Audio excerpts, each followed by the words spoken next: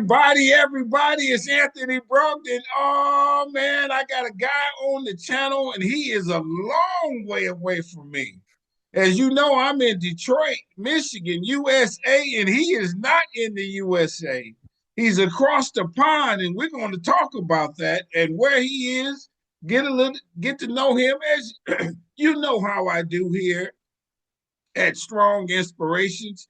But let me tell you something. I sent him an email and he responded. And a lot of times when I send them, especially overseas, what have you, uh, sometimes I don't get a response. I get a response to him, and he has responded to me several times. He really wants you to know what he's going to say today. So hit the subscribe button on Strong Inspirations. Come on now. I don't ask no information. It just let me know you like me. And I know you like me because you're watching me. I was at a function last night and a lady came up to me. She told me she's watching. And I said, and I know her, knew her personally and what have you. And I was like, really? She said, I don't say I like anything, but I love what you're doing. I said, really? So I know I'm making some moves and you're going to really like this guy. Good looking guy too. Watch out. This is going to be good. I'm excited. And so hit the like button on this. There is no love button. Hit the notifications bell so you get a ding, a shock, smoke signal, your lights flicker, something to let you know there is new content. Because there is a ton of new content coming. It's weekly. I just released one with a lady that's 101 years old. You got to watch that. She said that what she went through as a kid, being very poor, only two outfits, two pairs of shoes, walked 5 miles to school. So when you heard people say that's what they did, it was true. She lived in a rural community and there was no bus. And 2 of the miles she walked by herself early in the morning. God was with her. Watch that video. Did you see the one I did? And I'm going close to where this gentleman is with a guy he's probably one of the foremost historians, Black history historians in the UK, a guy by the name, I want to say Robin Walker. He teaches Black history there. Watch that video. Did you see the one I did with the lady in the UK? I'm staying in that territory, who she does tours. And she talks about some of the history in the UK, London area. Did you see the one I did with the guy who's in Germany? Watch those. I got them from all over. So come on now, everybody. This is what I do. Couple housekeeping moments. As you all may know, I did this documentary, Business in the Black. This is the DVD, but it is streaming on Amazon. And it is streaming on Amazon in the UK. You can watch it over there, my friends. The Rise of Black Business in America. Then I took it one step further and I wrote the book. The book is America's #1 Black business history book. There is no other book as thorough as this. Over 200 facts. I don't add no commentary. Just let the facts stand on its own merit. And that's how with so many of them, and it's easy to read. And I do public speaking. I want to go to UK. I'm trying to get there for Black History Month. Their Black History Month is in October. And I'm trying to get there this year. I've been working on it the last few years, but I got a little bit of money now, and I think I'm going to make it happen this year and speak at a university and let them know some of the greatness that's here in the United States. And because that's part of my mission, as you all know, my friends. And I'm speaking here throughout the U.S. This coming week, I'm in Harlem, New York. Oh man, I'm excited about doing this. And so go to my website, businessintheblack.net. Get you a copy of this. Learn where I'm at, so on and so forth. Now, you hear me use this term strong a lot. It's my favorite word. In my world, strong stands for strength, tenacity, resilience, and a sense of oneness, nobility, and grace. And that is my introduction to the strong man on the channel today. Come on, let's get it on. Thank you for calling me, emailing me, and everything so we can do it. I'm excited. Introduce yourself. Let's do it. I'm Alan Lester. My official title is Professor of Historical Geography. I'm at the University of Sussex, which is in southern England. And I also have a post in history in Australia at La Trobe University in Melbourne. And I've been working on aspects of the British Empire, a history of the British Empire, including transatlantic slavery, for about 35 years now. And recently engaging in some of the political discussion of empire, because empire is very much prized by conservatives who look back nostalgically and with pride on the British Empire. And I've been trying to draw a bit more attention to the sides of empire that a lot of Britons have disavowed and buried in their rush to claim pride around it, historical Okay. pride. Yeah, well, thank you so very much. We're gonna get to those stories, because I'm very excited to hear them. But as you may know, I got to give my audience to know a little bit about you, so they know who we're talking to. And so, my question, the first one is, where were you born and raised?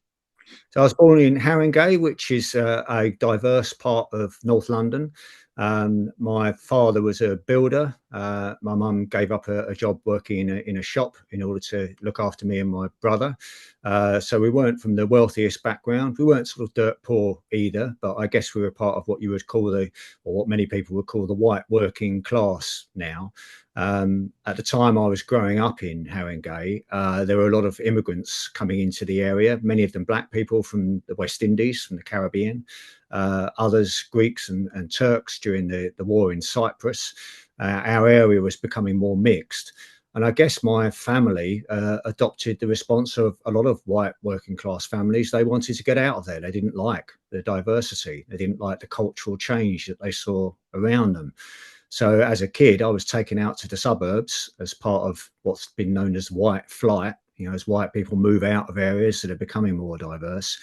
And I guess a lot of my childhood was spent thinking in racist terms. My white friends had a kind of casual racist attitude towards the people around us. That's changed subsequently for a number of reasons, but that was my family background at least. Yeah. Yeah. Okay. Well, let's.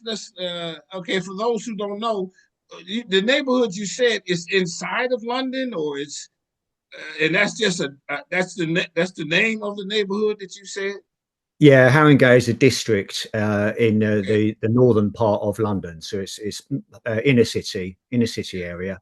Yeah. When we moved out to Enfield, which is on the northern edge of London, and which was much more of a white area, much less diverse. Did you know why you moved? Yeah, I think it was my family, my parents' concerns that I would be going to a school where a lot of kids didn't have English as their first language. Some of them spoke Greek as their first language. I think they assumed that a lot of kids from the West Indies, from the Caribbean, would have lower educational attainment standards than the white community. False at the time. But those were their concerns. And so this was why there was quite a large number of white people from that area who moved out as it became more racially diverse. So there was an embedded racism, I think, in that decision. Yeah, and we've seen that across America too. When that happens. But why did the immigrants move to that neighborhood? Because the houses were maybe a little more affordable. The location. What do you think that was? Yeah, I think there'd been sort of successive waves of migration into different parts of London during the years. And one of the things that a lot of the black immigrants from the Caribbean faced after the Second World War, from about 1948 through the 1950s and 60s, was racial discrimination in the housing market. So they found it difficult to rent properties in many areas of London. Notoriously, a lot of landlords put signs in their windows Yeah, I heard saying that. no blacks, no Irish, no dogs. Yeah, Um, and so there was discrimination in the housing market. And where the first few immigrants had gained a foothold, I guess those places were seen as kind of places of relative security, relative safety for later arrivals. So word spread back to the countries that people were coming from, where to go in London when they yeah. arrived. in Yeah. order to get somewhere affordable and to avoid the discrimination that they would face elsewhere. So you get this kind of ghettoization, I guess you would call it, which Yeah. is familiar to you in the States as well. So that kind of Black West Indian immigration came really during the 50s and 60s. That's But not by the the Notting Hill movement, though, is it? Yeah, so around the same time that Notting Hill was starting to see racial tensions, there were riots in Notting Hill in the 50s where white youths attacked increasing numbers of black residents, resentful of this, as they saw it, takeover of their inner city areas. So there's a similar process going on in Haringey, where I grew up. And then added to that in the late 60s, early 70s, when I was growing up, there was the war going on in Cyprus with a Turkish invasion, Greeks fighting Turks over control of Cyprus. So refugees were coming from Cyprus and those who simply wanted to get away from the violence. So you had larger numbers of Turks and Greeks arriving in that part of Haringey where I grew up. And a lot of the white working class residents were uncomfortable with those changes. That they'd been brought up in the later stages of empire, when the sort of common view in Britain was that Britain was a white island and that it kept its exploitation of black people and people of color out there, thousands of miles away in the colonies. And there was Yeah. this that black people, descendants of enslaved people, belonged in the Caribbean, and that it was fine for Britons to own plantations. You were talking to Alex Renton, whose family owned Yeah. plantations. Yeah. That was fine. That was not really a part of Britishness or British identity because it was so far away. But after the Yeah. Second World War, when you had large numbers of British subjects, British citizens, coming to Britain from these former colonial sites, that was seen as somehow disrupting this white island sense of identity that people of my parents' generation grew up with. Well, let me stop you there. Well, part of what they wanted them to come because of the jobs, that they Mm. wanted them to have the lower paid jobs because there was a need for that at the time. Yeah, that's absolutely right. After the Second World War, the whole country needed rebuilding after the damage of World War II. And it was also a phase in which a new government in Britain was starting to construct a much bigger welfare system with our National Health Service. So everybody in Britain gets free health care when they need it, provided by the state. And that led to a huge demand for doctors and nurses and other hospital staff, health staff from around the empire. At the same time, there was increasing investment in public transport, buses, trains, the underground system in London, the tube system. So all of this growth in the sort of state welfare system and public transport system created this demand for workers from the former empire. And initially, the law enabled anyone who was a British subject, so anyone living in a British colony, to see themselves as thoroughly, fully British and to Right. come to supply the labour for these jobs.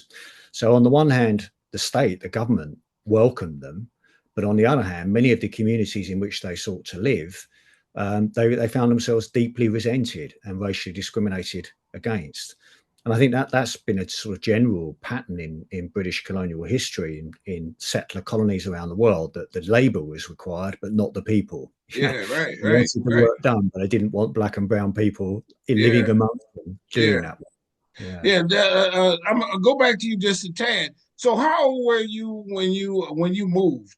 And did you have any black friends? Before that, did you go to school with them a couple of days, and then before before you had to leave, and then say, "Hold on, I kind of like that guy over there. I'm hearing some things about him, but that guy over there is all right." Did you ever have some of those moments, and then said, "Dad, I don't want to move. I'm leaving my friends. I like those people." Did that happen to you?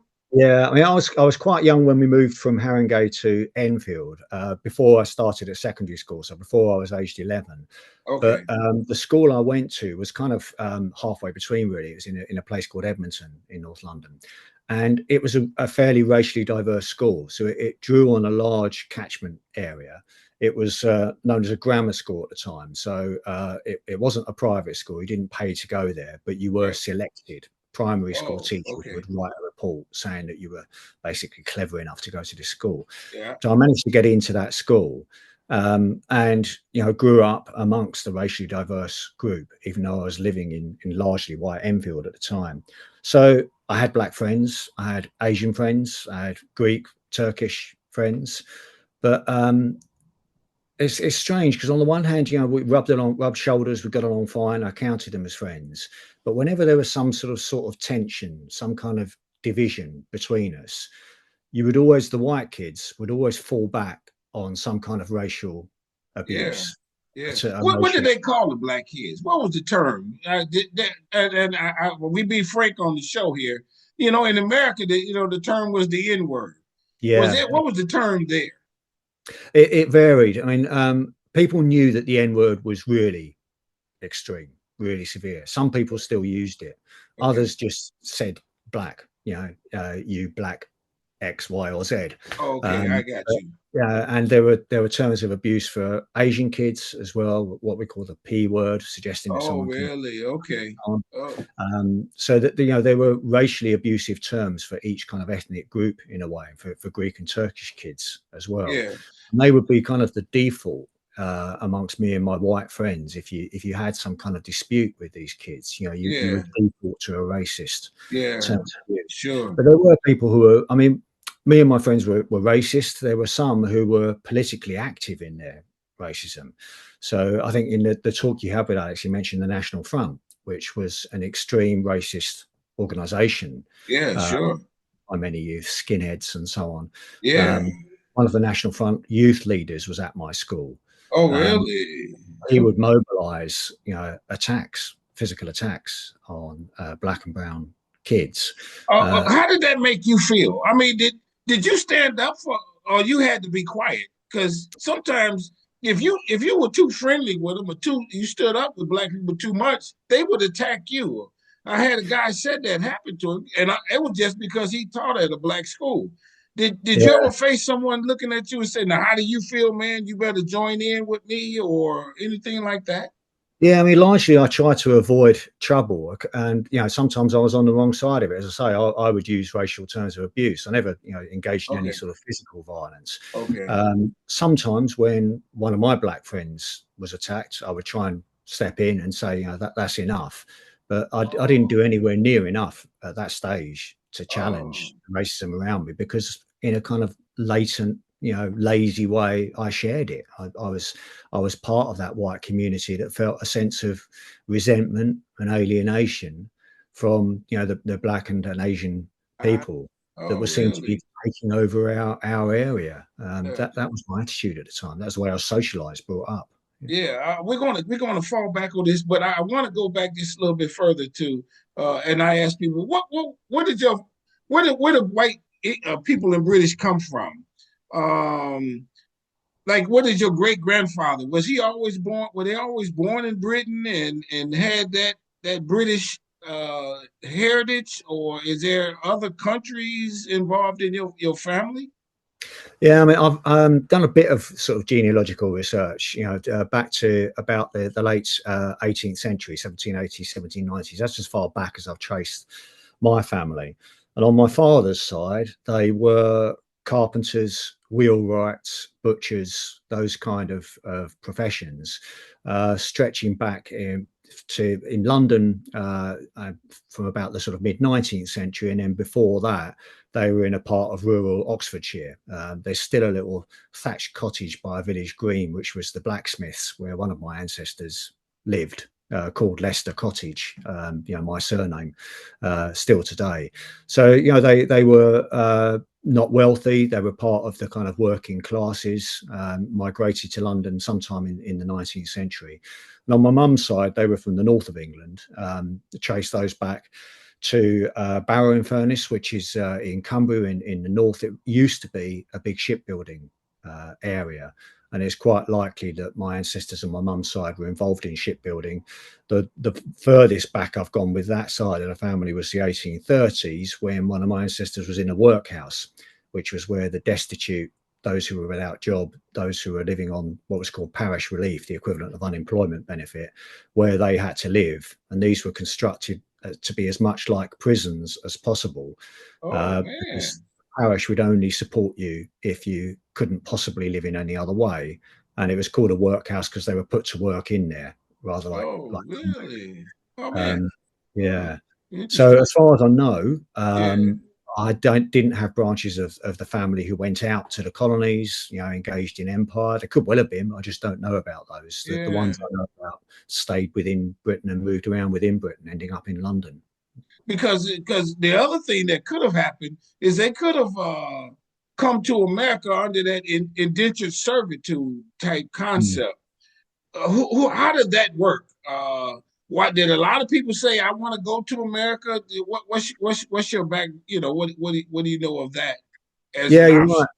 Yeah, a lot of people from my family's kind of background, their class background, did take on these indentured labour contracts. Initially, actually, in Ireland, many of them in the 16th and 17th centuries. So, as you probably know, England's first colony was Ireland. The first plantation schemes were developed in Ireland, and to develop a plantation meant to take the land, to kill Gaelic Irish who resisted, and then to settle it with settlers from England and from Scotland.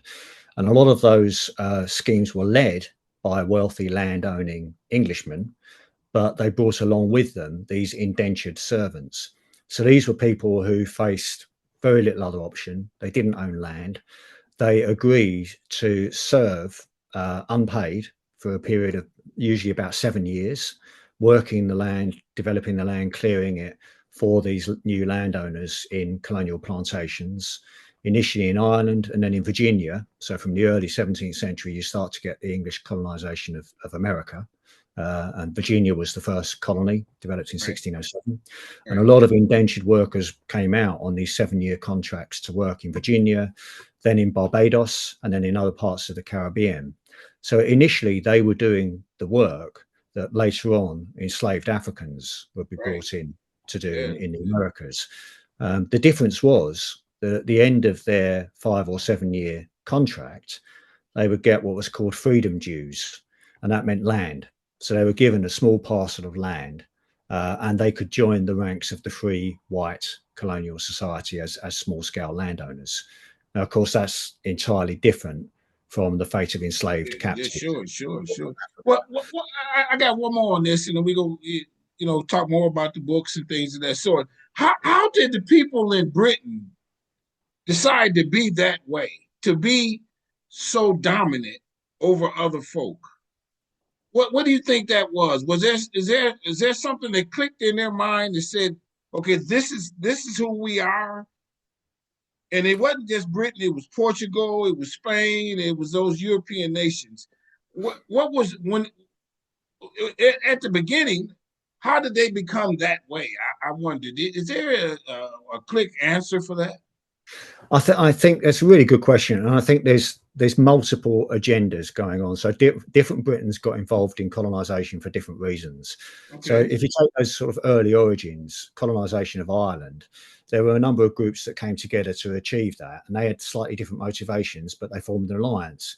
So the monarchy, the kings of Britain and queens, wanted to take over Ireland to stop it being a backdoor for the invasion of England from Catholic powers on the continent in Europe.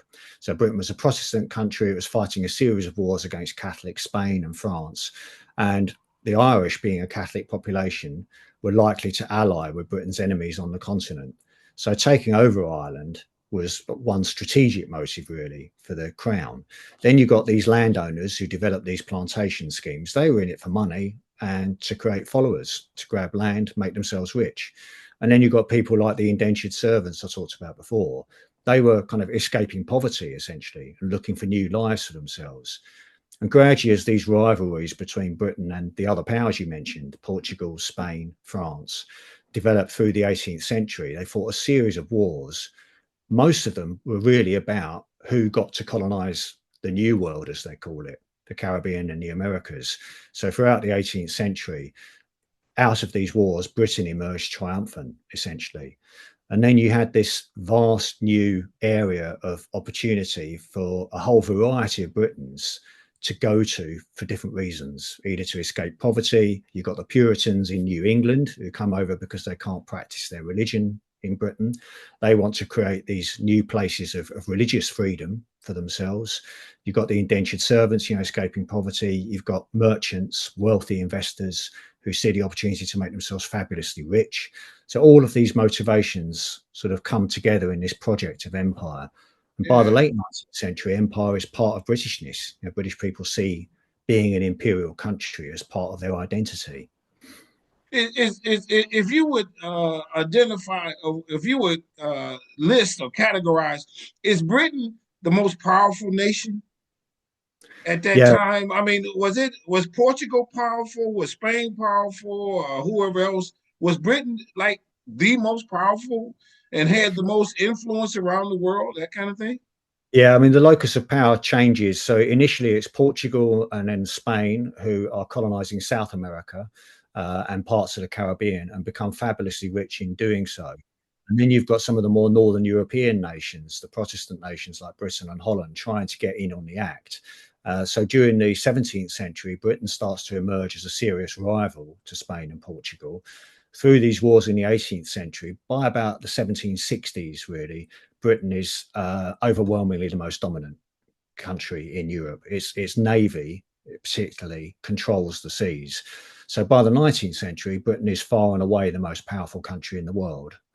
It's got a global empire that no other country has ever had in history, and it controls the seas, the communication routes between them. So it's kind of the single superpower of the age, really. And it's Yes, only really in indeed. the later 19th century that the US and other countries start to industrialize and start to challenge that power. So with that power, what's the wealth like in Britain? I mean, how phenomenal is it compared to maybe other parts of the world? Yeah, I mean, Britain is the first country to go through the Industrial Revolution. So it's the first country to develop factories, to develop, manufactures on a huge scale. And that's partly because of its control of slavery and the slave plantation complex in the Caribbean. That generates enormous wealth for a lot of British investors, people who are engaged in the slave trade, in sugar production, tobacco, cotton, and so on.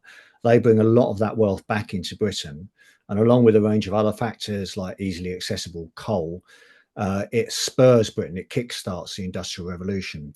And it takes some time for that enormous wealth that's generated to trickle down through to the working population of Britain. But by about the 19th century, living standards generally are beginning to rise. So, in the early stages, there's a lot of exploitation of British workers, far worse exploitation of enslaved Africans in the Caribbean. But nevertheless, conditions for British workers aren't great either. But by the late 19th century, you've got a generally rising set of living standards as the welfare state starts to emerge and the British government starts to use tax revenue from the empire to improve conditions more generally for the British population.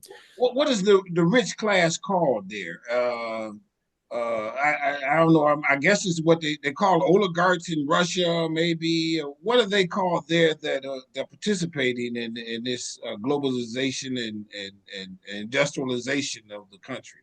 Do they have a I think title? Yeah, that's part of the change that takes place. That you've got this move from a very narrow elite, the aristocracy, they would be called, who are Oh, the big okay. landowners. They own large swathes of Britain. Some of them trace their ancestry right back to the early medieval period.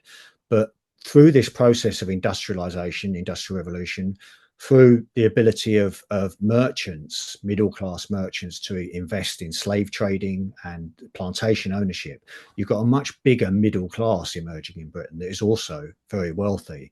So you've got the traditional aristocracy, you've got the gentry who are smaller scale landowners, and then you've got increasingly prosperous merchants and industrialists through the 19th century.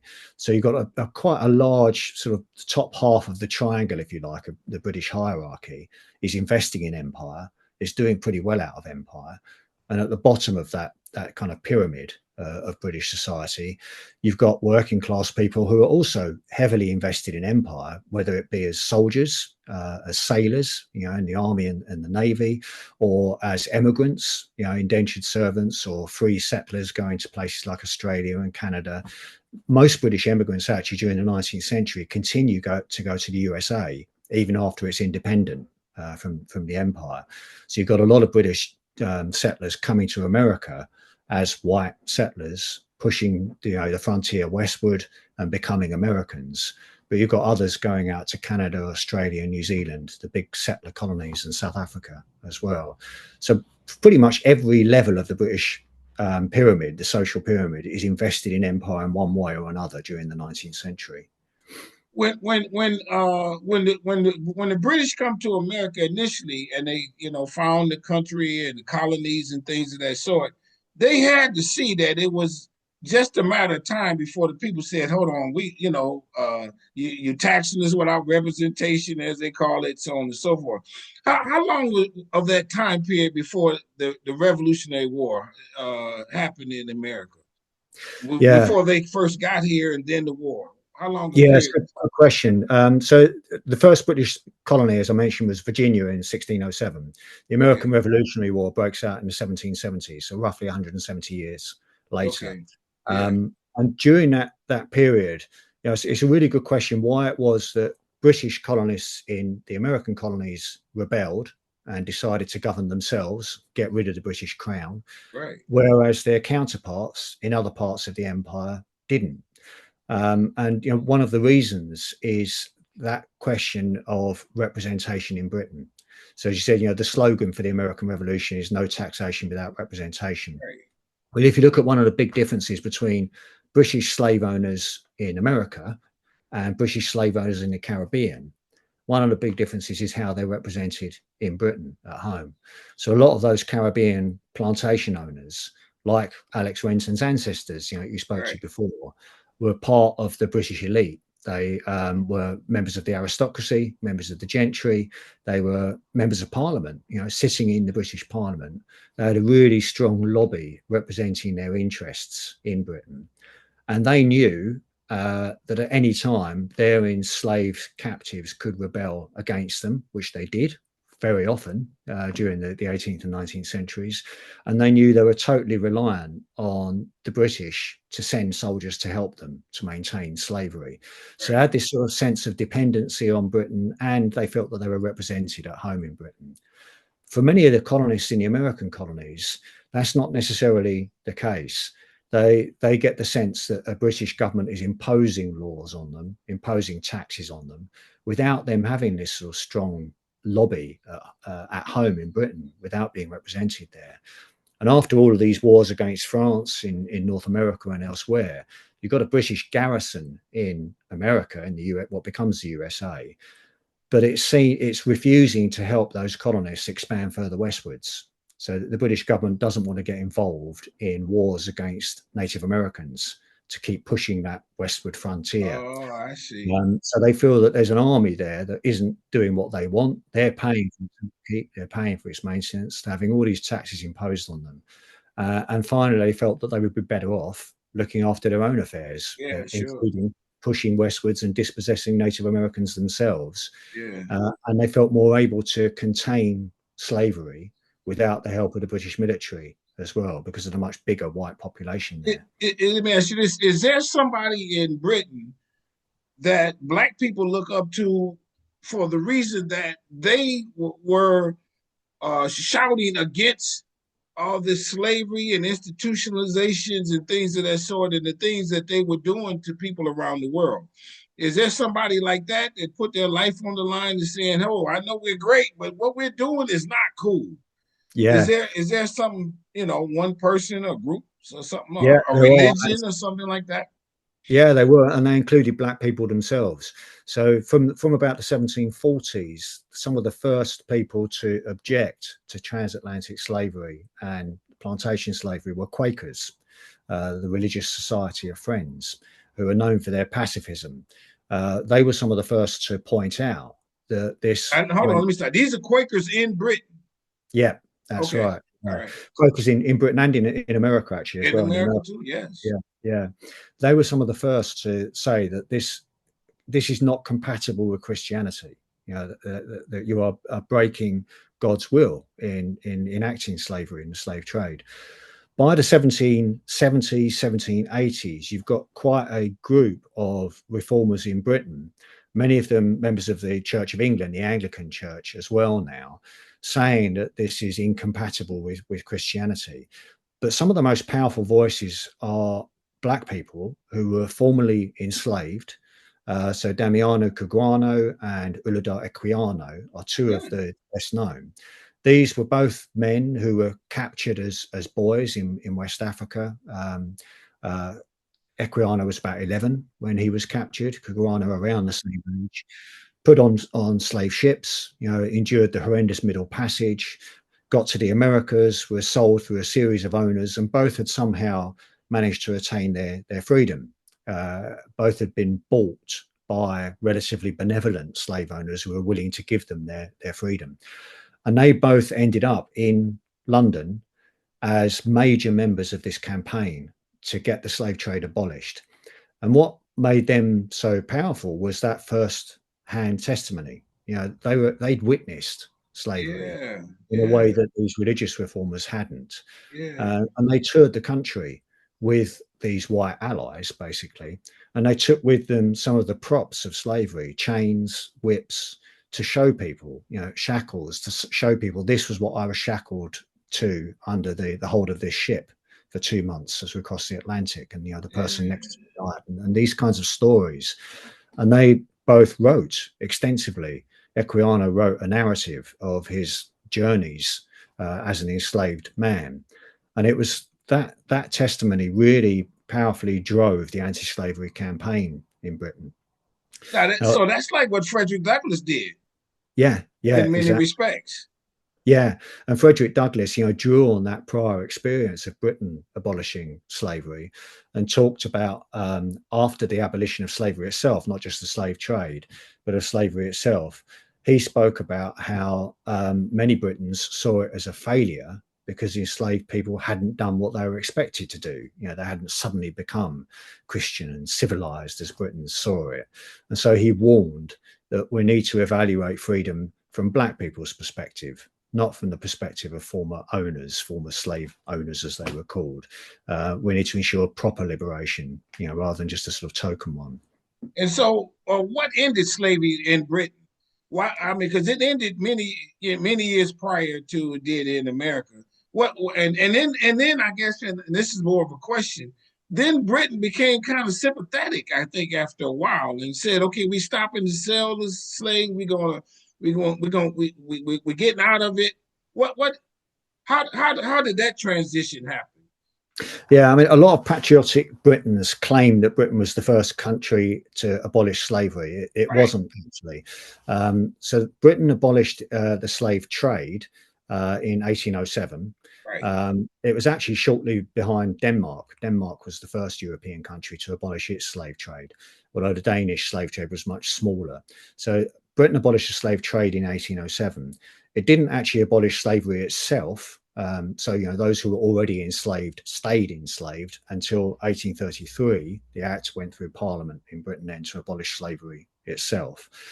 And thereafter, Britain was determined to abolish slavery in other European empires too. But Britain's always had a very ambivalent attitude towards anti-slavery. Anti-slavery was seen as a kind of patriotic British thing. It gave Britain a sense of atonement after the loss of the American colonies, being one of the first major imperial powers, or the first major imperial power to abolish the slave trade, and then the abolition of slavery. It gave Britons this sense of sort of moral fulfillment, But in practice, various forms of forced labour for Black and brown people continued throughout the British Empire. So when many enslaved people moved off the plantations after abolition in Jamaica, in Trinidad, in British Guyana, and other colonies, immediately the British government helped planters and traders to recruit indentured workers from India to replace them. And certainly in the early years, those Indian indentured workers endured conditions that weren't much better than enslaved people had endured. So it was fine, most Britons thought, to exploit these workers because they weren't slaves, they were just indentured workers. Wow. And in Britain, that anti-slavery cause was used to justify the colonization of other parts of the world, the very violent colonization and exploitation of other parts of the world. So let me give you one example. When traders in West Africa, in what's now Ghana, wanted to conquer the Ashanti Kingdom, mainly because they wanted to extract palm oil, a very wealthy, lucrative product from what's now Ghana. And the Ashanti Kingdom was demanding tariffs, essentially, before they could do that. So these palm oil traders wanted the Ashanti Kingdom overthrown. The excuse was that the Ashanti still practiced slavery. So the British public was told, we're sending an expedition to overthrow the Ashanti king so that we can abolish slavery. What actually happened was that the British expedition that moved inland to burn down the capital, Kumasi, and take a load of plunder from Kumasi, actually used enslaved people to carry the arms and the ammunition and the supplies for the expedition. So the expedition leader sent a Royal Navy ship down the West African coast to kidnap African men to make them work as porters for the expedition, on the grounds that they were putting down slavery. So there's a huge amount of hypocrisy in this sort of British claim to be anti-slavery. It's true that Britain abolished slavery, but it's also true that Britain thought it was fine to continue exploiting black and brown people's labour for white benefit around the empire afterwards. Let me ask you this, and we're going to talk about the book for sure. You mentioned 1807 and 1830s and what have you. Is there someone that in politics that led that effort that should be revered and people should say he was a great person for doing that? Just as you said, there were some black people and some other localers or whatever, they didn't Yeah. have the status. Is there somebody like that people say, oh man, well that's like give you an example. We would compare. Is there Abraham Lincoln there? That's Yeah. the way of putting it, right? Yeah, there's two figures because of those two different dates. So in the abolition of the slave trade, the man who's normally given all the credit is William Wilberforce. So he was the member of Parliament who persistently kept bringing forward legislation to abolish the slave trade. For years, he was denied. It was a campaign that lasted about 20 years or more to finally get Parliament to agree to abolish the slave trade.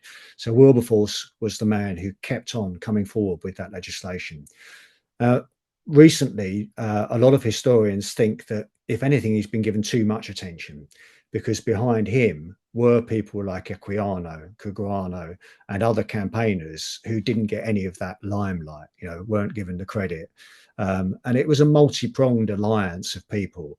Wilberforce gets all the credit, and he deserves an awful lot of it because of his persistence in Parliament. But he wasn't the only man Yeah, pushing for yeah, the yeah, abolition. sure, yeah, sure. And When then they the say he second, gets the credit, what does that mean? Is there a holiday in his honor or something like that? Is there a coin? yeah, Statues around town, what have you? What's his yeah, honor? good question. Yeah, our statues. He's got a statue in Westminster Abbey, which is where all the sort of British heroes are commemorated. The main thing I think was in 2007 we had the 200th year celebrations, the bicentenary celebrations for the abolition of the slave trade. And a lot of historians and anti-racist activists in Britain, a lot of black anti-racist activists, were annoyed that it became simply a Wilberforce celebration. I got you. Wilberforce as this kind of white benevolent hero, seen as a white savior, basically. And so many of the celebrations around Britain were centered on Wilberforce. So a lot of people complained, well, what about people like Equiano, who were part Right. of the campaign too and have been written out of the history. So he's celebrated as the kind of the father figure, if you like, of anti-slavery, and he deserves a lot of that credit. I'm not saying that he shouldn't be celebrated, Yeah, but yeah, I think we sure, need to sure, look a bit more widely. Then sure. the other figure is, with the abolition of slavery itself, some 30 odd years later, nearly 30 years later, Wilberforce's successor in Parliament was a man called Thomas Fowle Buxton. So Buxton was the one who was almost as persistent as Wilberforce in trying to get slavery itself abolished. Because in that sort of 30-year interval, a lot of British anti-slavery reformers thought that slavery would just die away. You didn't need to abolish it. With no new captives arriving from Africa, having abolished the slave trade, planters would see that it's in their own interests eventually just to free the remaining slave population. But that wasn't happening. The exploitation was just as bad. And so, new legislation was brought forward to abolish slavery. But the only way that Buxton and his allies could get the legislation through Parliament was to compensate the slave owners. So I think Alex mentioned this. Enslaved people themselves got nothing. Right. All they were given was freedom from slavery, no capital, no land. So unlike those indentured servants, those white indentured servants, they didn't get a parcel of land at the end of slavery. But their owners, so-called owners, the plantation owners, were paid per enslaved person a certain amount, which was about 40% of the whole GDP of Britain at the time. Wow. So this enormous loan was raised by the British government to put money directly into the hands of slave owners as compensation for the loss of their property. That was the way that it was done. Wow. And that compromise was necessary to get this powerful West India lobby that I mentioned before, these MPs who Yeah. supported the planters, to finally vote for the abolition of slavery. Couple more. What is the Queen's position? I mean, there's always been this monarchy. So what if without you getting in trouble for telling me this, I guess I don't know. And and listen to that question, and I'm gonna come back to it. What was the Queen's position on this, and the King, and like say the monarchy? Yeah. Well, first of all, don't worry about me getting in trouble. What JD Vance said about no freedom of speech in Europe is rubbish. Okay. I can say what I like. Yeah. Okay. The monarchy, the British monarchy, was very heavily invested in slavery. So the first major slave trading company in Britain, established in the late 17th century, the Royal African Company, was actually largely owned by members of the royal family, the Duke of York, who was the king's brother at the time, Wow. and enslaved captives taken by the Royal African Company across to the Caribbean were branded with his initials, DY, for Duke of York. So throughout the history of British slave trading and slave ownership, members of the royal family have been invested and have made money directly, personally, from slavery. Others objected to it. They're split. They're not necessarily homogenous. When it came to debates around abolition, some members of the royal family were pro-abolition, some members were against it. But certainly there's a long history of royal involvement in slavery. And more recently, the current king, King Charles, has shown a much greater willingness than any of his predecessors to reckon with this history, to confront it. So he's opened up the archives, the Royal Archives, to a PhD researcher who's specifically looking at this history of royal involvement in slavery. What happens next, we don't know. What's done with the findings of this. Well, I presume that they will be published. Whether a formal apology or any kind of reparation ensues is another matter. Yeah. But certainly, since Black Lives Matter here, the spread of Black Lives Matter in June 2020 here, a lot more British institutions have started to reckon with their involvement in slavery, not just the royal family, but Oxford and Cambridge colleges, some of the oldest institutions of learning, the Bank of Wow. England, the Church of England now has a reparations scheme. It's devoting 100 million and wants to raise more for reparative projects because the church itself invested in slavery. The fund called Queen Anne's Bounty that was used to help out poor members of the clergy during the 17th and 18th century, a lot of that fund drew its money, about a third of its profits came from investments in slave trading. So that kind of institutional involvement in slavery is now beginning to be acknowledged. But on the other hand, you've got this ferocious backlash from the right wing against any such Yeah, acknowledgement. I can't imagine. Yeah.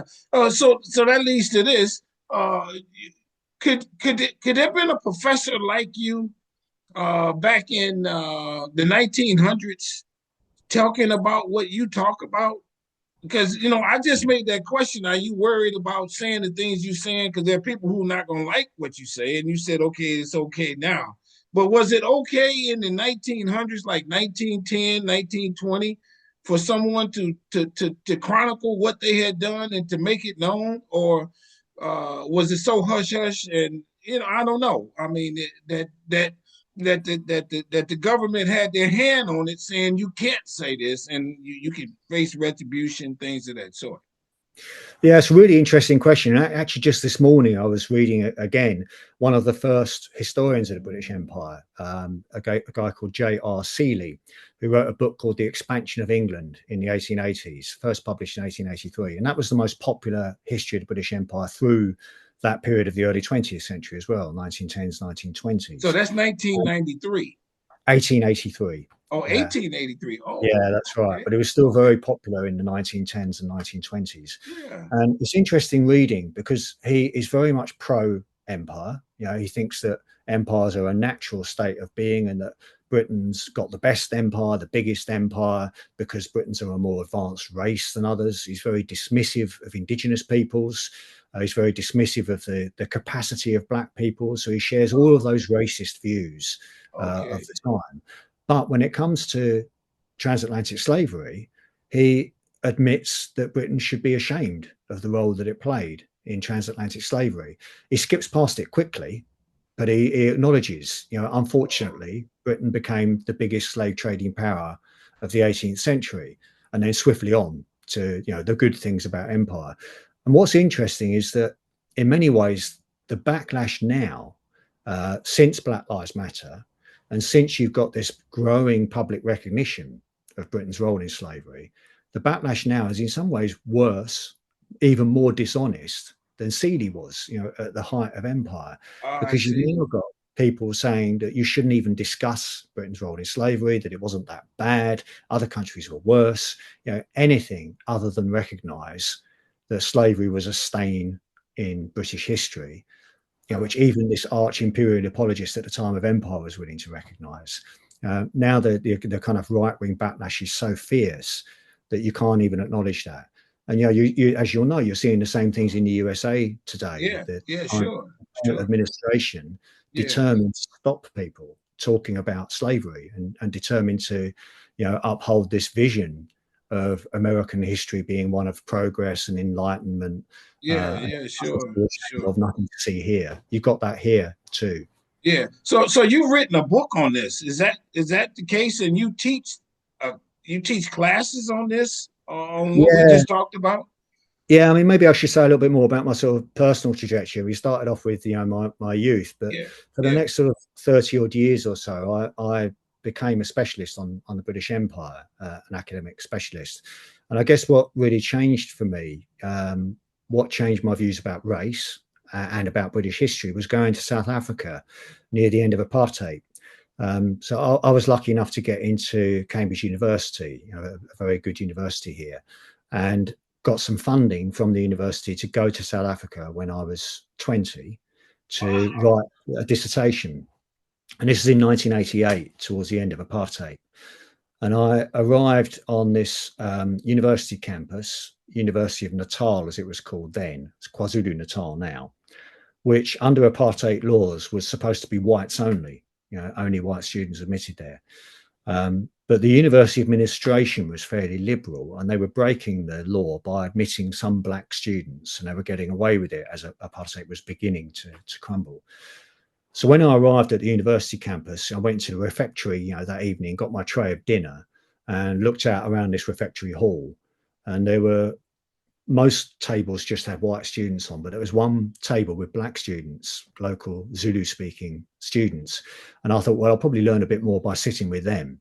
So I went and sat down with these black students, and they said to me, "You're not from around here, are you?" Straight away.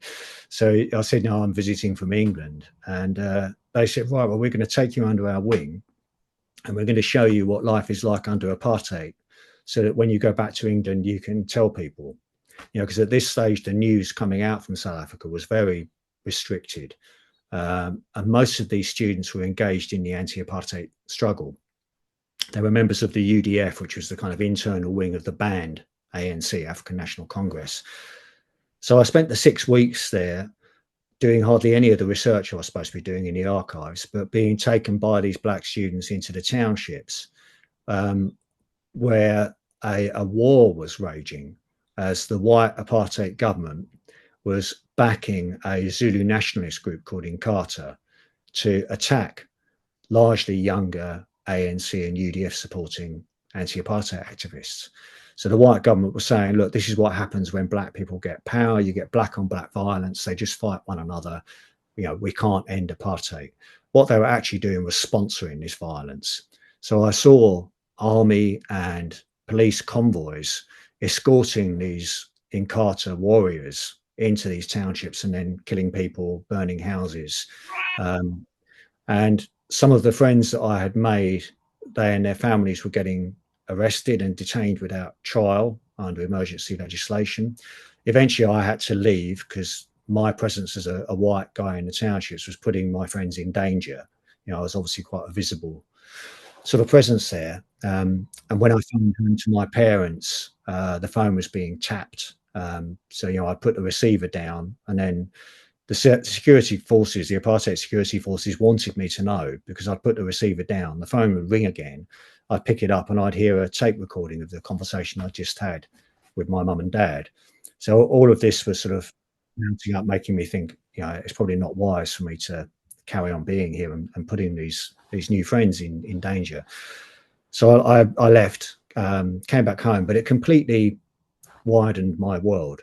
That kind of inherent racism that I'd grown up with, I started to challenge, having seen this system built around racism in South Africa.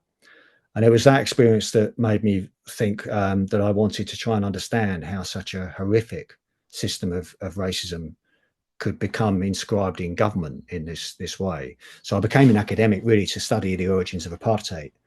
And the more I studied it, the more I went back in time to British colonialism in South Africa, which had planted a lot of the sort of seeds of apartheid, the template for segregation, racial segregation under British rule. Very similar to the Jim Crow, Yeah, I was South. going to ask you. I mean, is that the comparison? Yes, yes, right. Yeah, Okay. exactly. And there was borrowing. American government officials and South African government officials were both inspired by one another throughout this period. So at first, I did a PhD on the origins of apartheid in South Africa. I published that, and then I published some more books on the history of South Africa. And then I became interested in the broader British Empire and the way in which racially discriminatory rule was disavowed, denied, but hypocritically still implemented in British colonies around the world. So I wrote a number of books, but they were all academic research monographs. Relatively few people read them. They were published by university presses.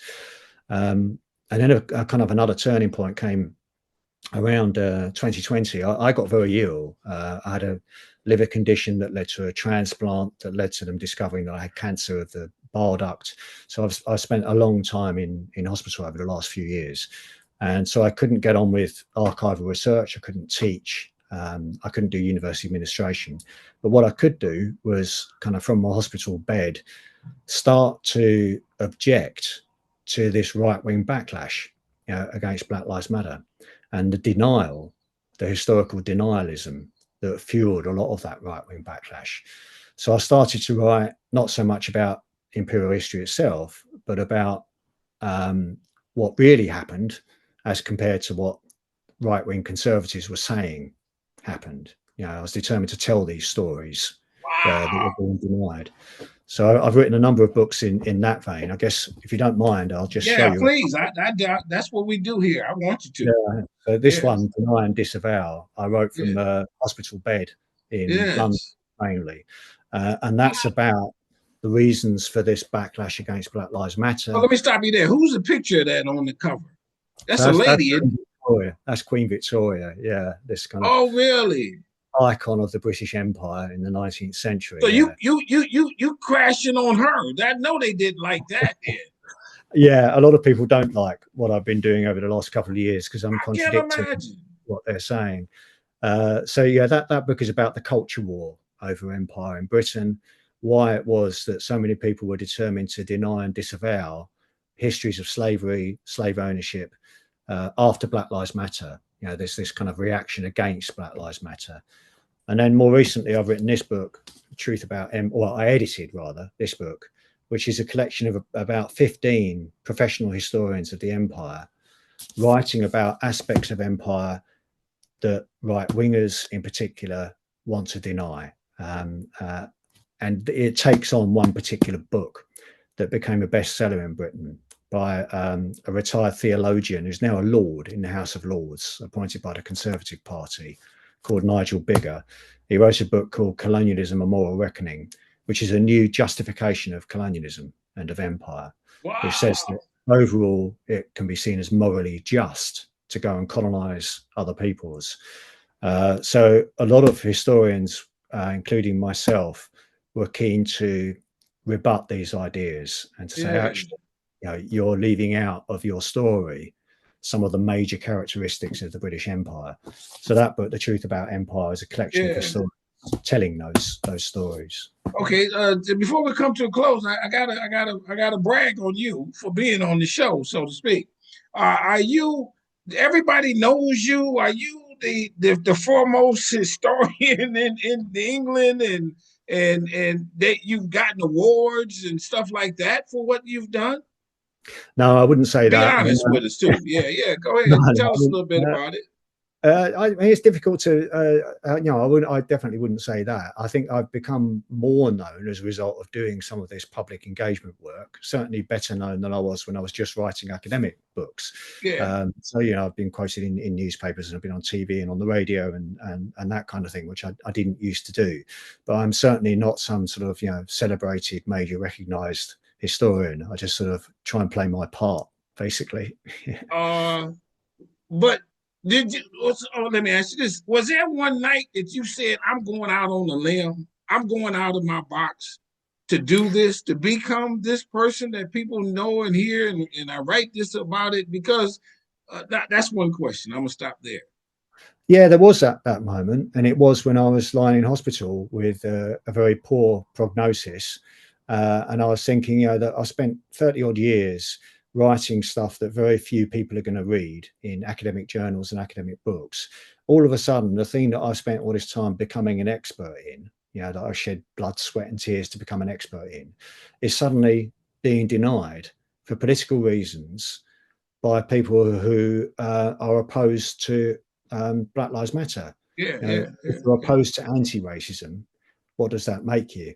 So I thought, well, I've got nothing else to do other than lie in this hospital bed. It's going to do me good, actually, be therapeutic for me to start to use some of this knowledge I've acquired and to yeah, just do my best to put it out there to yeah, challenge some of this denialism that's fueling an extremist neo-fascist form of politics.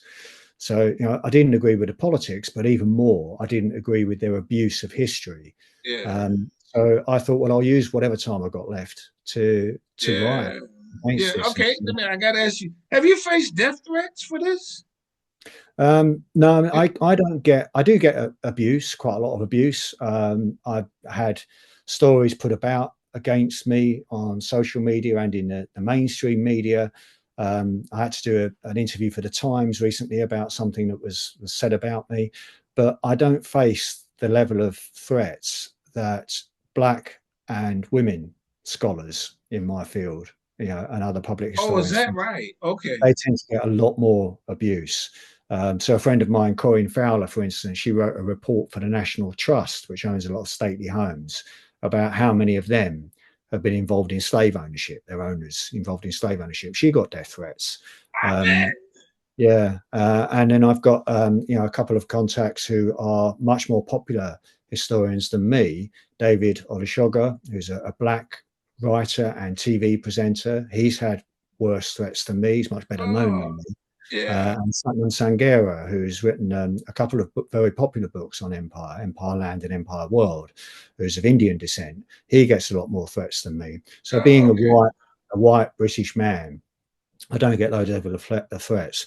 Actually, when people on the far right do want to attack me, quite often they just assume that I must be Jewish. So I get anti-Semitic stuff. Oh, yeah, yeah, I'm not yes. actually Jewish, but I guess they can't get me for being Black or being a woman, so they decide I must be Jewish. Yeah.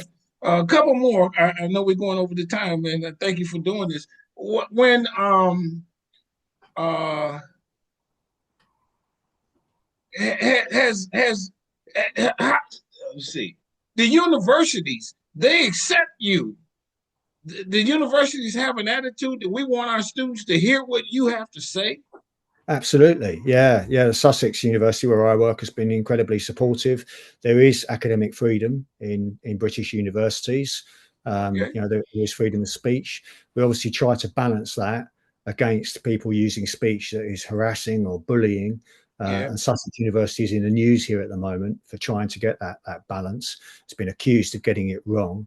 But yeah, academic freedom is almost sacrosanct in Britain. So I can say and write what I like. The only guidance is the professional ethical guidance of my profession, that what you Yeah, say has yeah. to be backed up by evidence, that it has to be honest, it has to be truthful. Yeah. Sure, sure. A couple more. Sussex, where is that at? Is that in London, or is that in a city called Sussex? And the big schools that we hear about in London are the Oxfords and the Cambridge.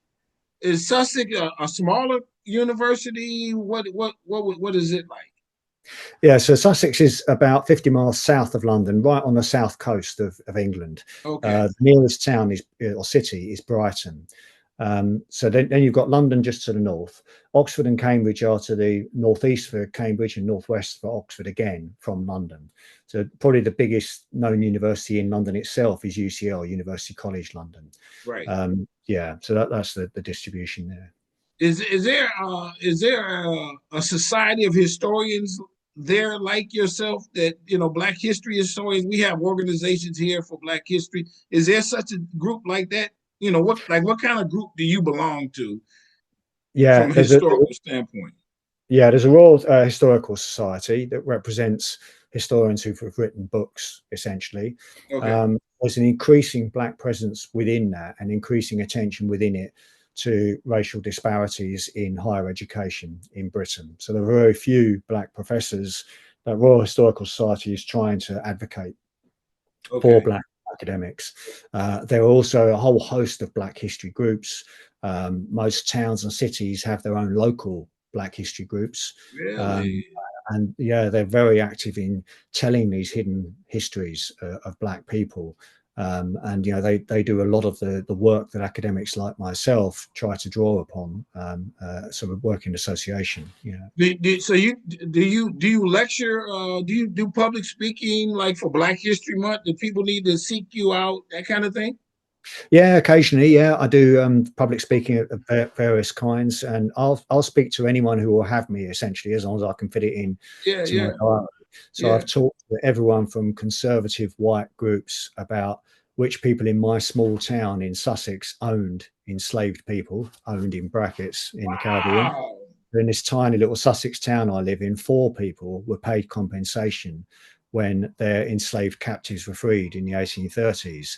So a lot of these plantation owners lived in Britain and managed the plantations in the Caribbean at a distance. So 4 of them came from my tiny little town. And most Britons still don't appreciate how many Britons across the country were invested in slavery. So I'll give talks like that come as a shock to conservative white groups, and I'll Yeah, do sure.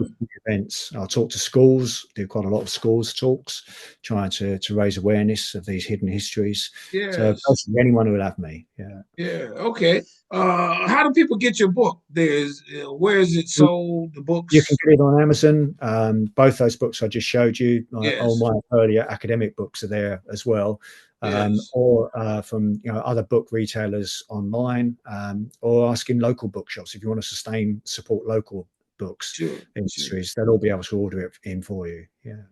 Do you have a website or something that people can kind of contact you who might watch this and say, "Hey, I really want this guy to come and speak." How do we do Yeah, that? yeah, I've written a lot of blogs, which are open access. Anyone can read them. You don't have to pay for them. So they're on Alan Lester, all one word, alanlester.co.uk. Okay. The last one. You proud of yourself, aren't you? You've come a long way. In all this journey, got you there somehow. Your background, where you grew up, all formed you to be who you are today. Wouldn't you say? Yeah, yeah, absolutely. And as I say, there are these sort of sliding doors moments. I think going to South Africa was one of them, and then getting ill and deciding to do something more publicly than the academic work was another one. So who knows how fate, decides what happens to you? But certainly those moments were turning points in my life when my attitudes to both people of color and British history both shifted. Yeah. Yeah, that's incredible. I ask this of everybody. Is there a question that I have not asked you? Is there something that comes to mind? I know we've covered a lot. Is there something that comes to mind? You say, I got to get this one out, or anything like that? No, I think it's been pretty comprehensive, and Okay. thank you Okay. very much, Anthony, for giving me the chance to talk about all this. I really appreciate it. Yeah, no, I really appreciate it too, wholeheartedly. So everybody hit the subscribe button on Strong Inspirations. I know you love this. There is no like, no love button, but there is a like button. Let's just share this. How about this? You an icon. Me? You gotta be, man. There's no other way of looking at it. I don't think so. I know you don't, but you are. You can't convince me otherwise. You were destined for this. I would say, and you took the mantle, which is a beautiful thing. So everybody go to his blogs, and I'll put all that in the description. Get his book. Another one just came to mind. Have you come to America to speak? Have you been Uh, here? not recently, no. Many decades ago, I was at academic conferences, but I haven't been there. I was in Canada last year, but no, I haven't been You haven't into been the to States America. in I a got a time. feeling that's gonna change. I don't think I'll be Uh, let in anymore, to be honest. yeah. There's a lot of organizations that I think would love to hear your story here, Uh, and universities and things of that sort. yeah, And so everybody do all those things that I said. Go to his thing. Thank you so very much for coming on with me. I really appreciate it. We'll talk some more, emails, what have you. And go to my website, businessintheblack.net, please, folks. Follow me, that kind of thing. And to you, I say this, and I mean this with all sincerity. I want you to stay strong, stay safe, stay on your grind, stay healthy. We need you some more years. We need you to thank keep doing what you're doing. You're learning more and you're putting it out there. Now you've gone across that line, that threshold. And there's no turning back now. You own to something, and you know it, and you wake up every day knowing that I'm teaching some people and enlightening some people, and they're not, and it's not to hurt feelings, it's the truth. That is what happened. And so now we have to learn from it and hopefully become a better world, nation, and civilization, I guess, as to say. And so I thank you for coming on. I'll be in touch with that. Bye bye. Bye bye. Thank you. Thank you.